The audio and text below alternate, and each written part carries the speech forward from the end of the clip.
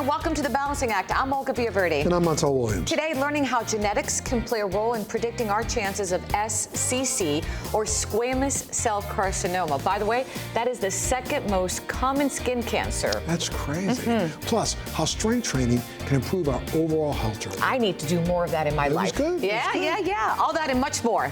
The Balancing Act begins right now. Yeah.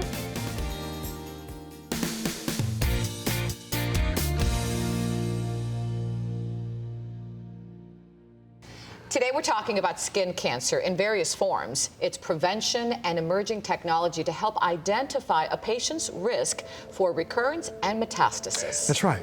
Most of us are very much aware and familiar with melanoma, but not everybody has ever heard of squamous cell carcinoma, the second most common form of skin cancer, which starts as a growth of cells on the skin. So joining us today to talk about the disease and new testing are Dr. David Cotter from Las Vegas Dermatology and Julie Bain from the Skin Cancer Foundation and a squamous cell carcinoma patient. Welcome to both of you. Thank you both for being here today. Thank you for having us. So doctor, let me start with you. Let's talk about just melanoma and the incidence behind it. Absolutely, Olga. Melanoma is the big one in skin cancer. It's the one everyone has heard about. And when it comes to melanoma, I have two rules. The first is to never miss melanoma, and the second is to never mismanage melanoma. When we look at the incidence of melanoma, it's helpful to know what we're up against. Every year in the United States, there's 100,000 cutaneous invasive melanomas diagnosed. 80% of those are diagnosed as stage 1, so we do a pretty good job at rule number 1, not missing melanoma. However, an alarming problem emerges when we look at death rates of melanoma. 1 in 4 of those deaths occur in patients that were initially diagnosed as stage 1.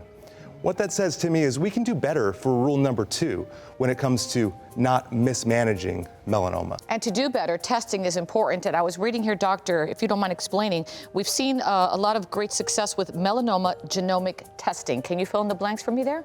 Absolutely. 10 years ago, all we had were population-based estimates to essentially guess what a patient's risk of death from melanoma was. But in today's world, we've got objective gene expression profiling tests that function like molecular magnifying glasses, allowing us to look into our patient's specific tumor biology and predict with individualized risk assessments what their likelihood of metastasis and sentinel node biopsy positivity would be.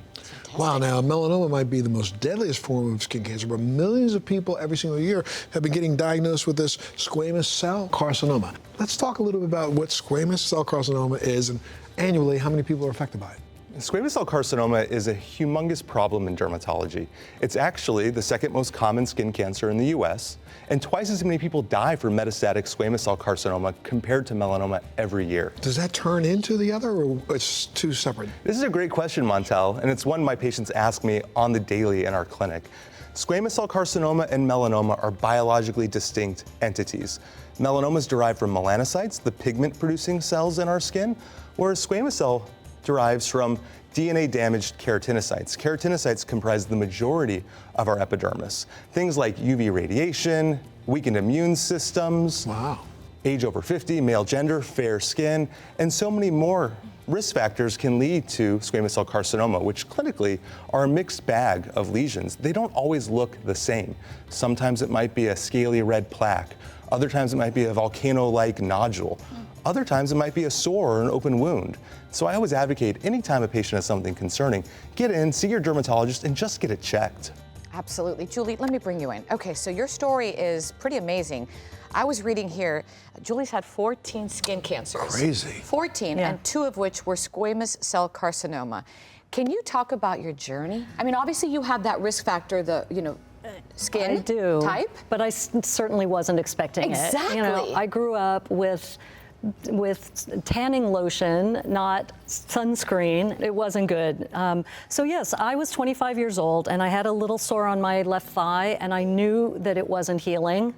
And I talked to a doctor who did a biopsy and it was a non-melanoma skin cancer, the most common type. And the doctor took care of it and I thought I was done. And I started protecting my skin more, but it's that cumulative exposure. So it's been a long journey. I just had my most recent one on my calf. That could not have been easy. But the SCC was different. That happened in 2012, and I had a little sore on my forehead, and it was crusty, scabby. I thought it might have been from my curling iron. And my dermatologist watched it, and when it started growing outward like a little horn, I guess that's a thing for squamous cell carcinoma, and it turned out that it was. And it was scarier to me because I learned that you can die from it. Wow. And you talk about some of the risk factors, fair skin, but please tell people that people of color, whether they be, Hispanic or African American or Black, African, doesn't matter. You can They still can get it too. In fact, squamous cell carcinoma is the most common cancer in African American skin. So, doctor, it's really important that patients like Julie, they really need to be aware of their options when it comes to skin cancer, risk factor, genetics, treatment, and more, right? Absolutely. There's so many things that can trigger a skin cancer. The first is increasing awareness. So I like, Montel, that you pointed out, it can affect patients of all skin colors. It's a very sad day when someone comes in with a melanoma on their foot and it was being mistreated as a wart because they thought they couldn't get skin cancer because of their skin color. So I always tell my patients we have to look everywhere. In terms of knowing what we're up against, though, their likelihood of having metastasis when we're talking about squamous cell carcinoma, when we can use gene expression profiling to ask how's your skin cancer going to behave versus how's your skin cancer going to behave, we can get our patients personalized care to make the best decisions to help our patients navigate and ultimately overcome their skin cancer. So, Julie, as you listen to this and as an SCC patient, what are your thoughts? Knowledge is power, and at the Skin Cancer Foundation, we welcome any new technologies that can help fight the world's most common cancer. And, I'm at high risk, so next time, who knows?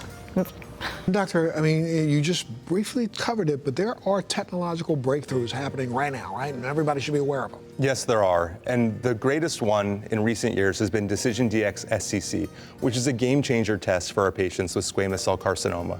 Before we had this test, dermatologists would loosely use one of 3 staging systems, which unfortunately did not do a fantastic job accurately classifying which patients were more or less likely to have a metastasis.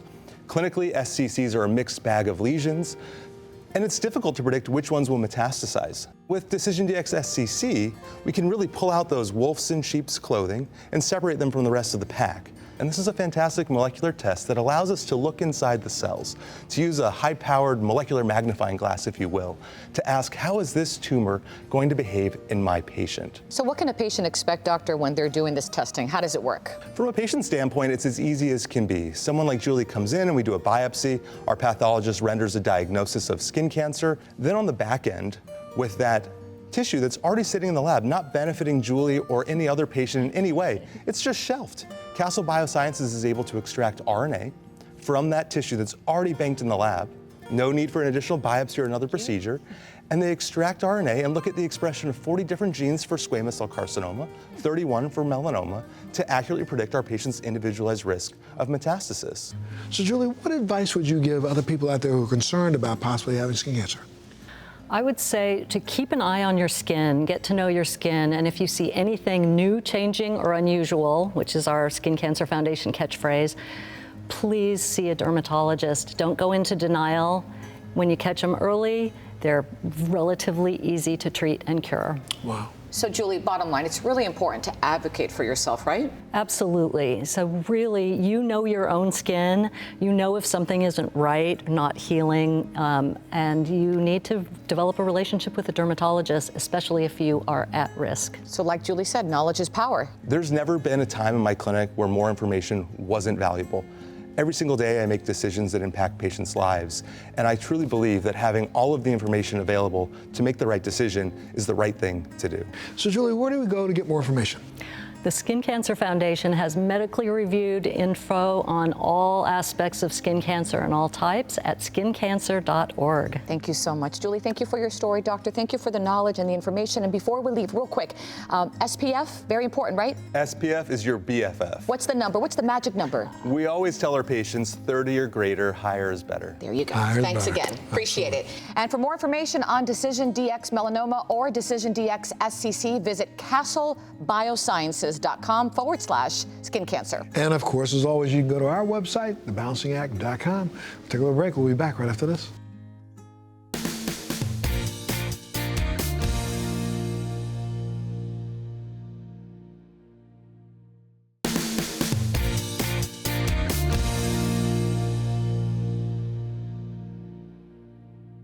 our health goals are closer than you think. And today, let's find ways to improve our strength by breaking the barriers of barbell training and taking control of our well-being and our well-being journey. That's right, we're going to do that. And here to help us flex our muscles and so much more are Matt Reynolds, Barbell Logic CEO, and Nikki Sims, Barbell Logic Chief Experience Officer. Thank you both so much for being on the show today. Thank you so much for having us. Big honor. All right, so the equipment is here. Are you ready to flex today? Absolutely, let's get it done. Ready to work out? Here we go. Come Okay, on now. we're going to start in just a minute. strong. But Matt, let's talk about just how you got this all started. Sure. I won my pro card in strongman when I was younger, and it started a gym. That gym grew, but I started to see the inflexibilities and the limitations of in-person training. Mostly it was very expensive.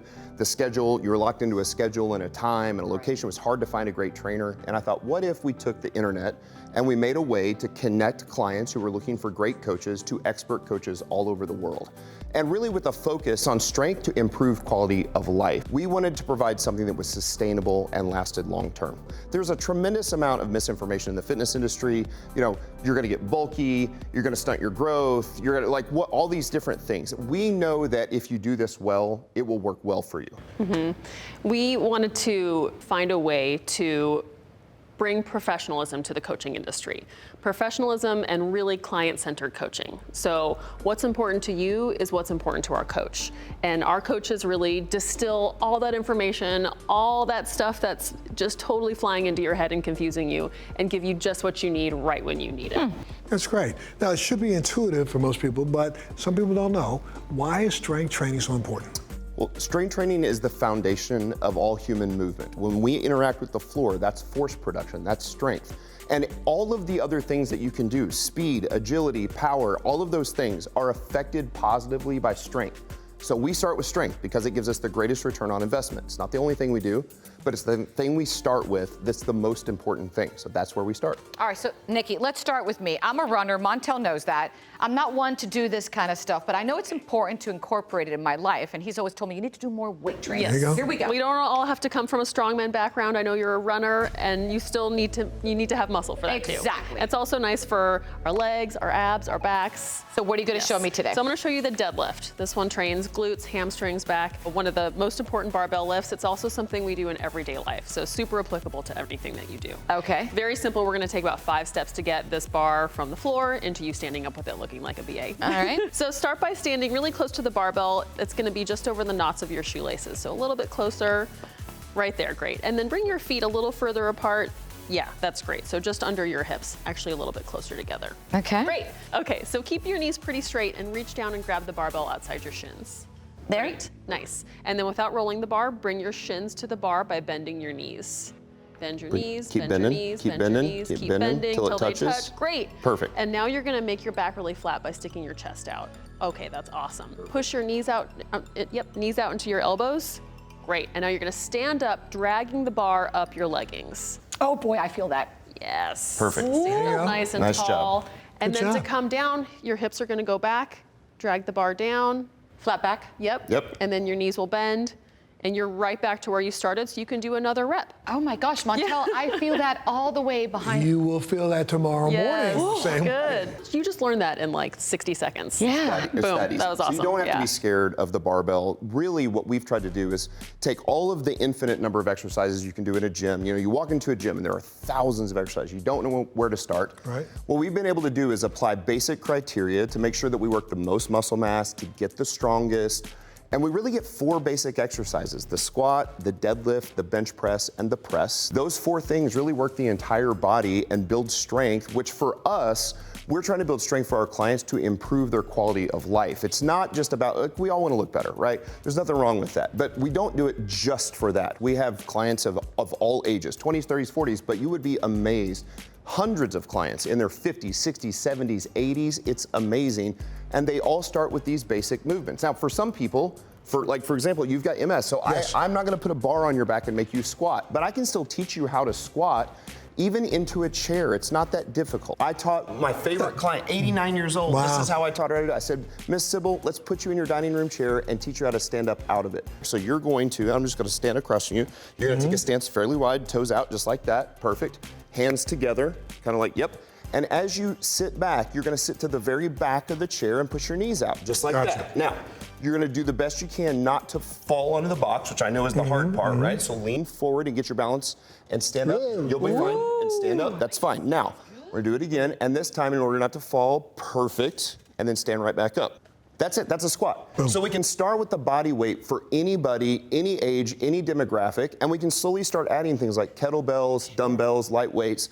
Anybody can do this. You don't have to be scared of basic barbell training or basic free weights. And let me tell you, I was just doing a few more of these. What are these called? Those are deadlifts also with the kettlebell. My heart was racing a little bit. I was feeling it. Your heart rate will go up from this in a good way, yeah. So what does a person need? Do they just need a smartphone and access to this idea? Yep, That's exactly smartphone, right. So, internet, you'll connect with us. We'll connect you with a coach who's just right for you, and we will totally meet you where you're at. That's the great thing about barbell training. You start with a little bit, and then you do a little bit more over time. But you say meet you where you're at, that means all virtually. So Virtually, you can do your yes. training, then your coach will check in with you and kind of assess what you've done, train right? anywhere, anytime, with the equipment you have, home gym, big box gym, hotel gym. You'll upload your videos of you lifting, and your coach will break it down within 24 hours. It's really cool. That's So if really I'm good. doing something wrong, Nikki, my will fix coach, it. will fix it for me. And tomorrow, you'll walk back into the gym, and you'll know how to fix the technique. It's Love perfect. this. Now, how about Nikki? Any final thoughts?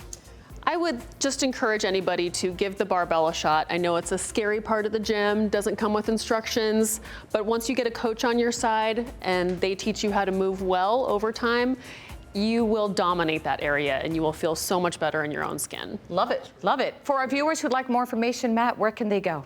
BarbellLogic.com. There's a ton of great free content there, and they can start their journey to experiencing strength. I love it. Well, thank you guys so much for being here today. for having For us. sure, absolutely. you. And of course, if you want more information, you can always go to our website, thebalancingact.com. All right, you keep on doing your things. I'm going to do a couple more of these. Absolutely. All right.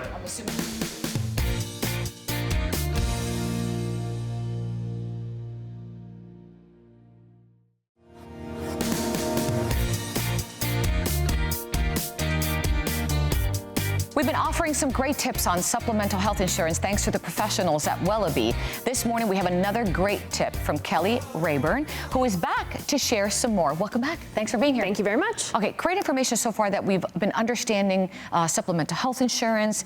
You've taught us a lot. My takeaway is it covers what our primary health insurance does not cover, right? That is correct. Check. Yep, and it's important for you to buy it now. Buy it before you actually need it and before you retire. It's easier for you to put it into a plan now. You can use it for your budget and you're planning for retirement before you actually get to retirement. So think about it as it fits into the overall retirement plan instead of just another piece of insurance. So when you say buy it now, when? What do you mean? So you always want to buy it before you retire. It's going to help you save money. The older we get, the more expensive it's going to become. So rates can stay stable or level as we buy it in younger ages. So knowing that you can plan, how you can plan in your budget and financially get it now so that you know what those dollar amounts are. And I'm assuming, I mean, from what you're telling me, this makes good financial sense Absolutely. for anyone that's saying, okay, yeah, she's right, we got to do it now. Oh yeah, the benefits are going to pay to any other health insurance benefits, so it's non-coordinated, and it adds layers of protection to plans that are already in place. So it's better to be prepared now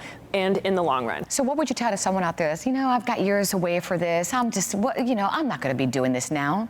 Oh no, better now than later because it's going to be less expensive and you can go ahead and put it into your retirement plan before you get there. There's a lot of stuff coming in the future to be thinking about. Great stuff. Thank you so much. Absolutely. Appreciate it. And if you'd like more information on supplemental health insurance and any plan that you may need, check out Wellabe.com or go to our website, thebalancingact.com.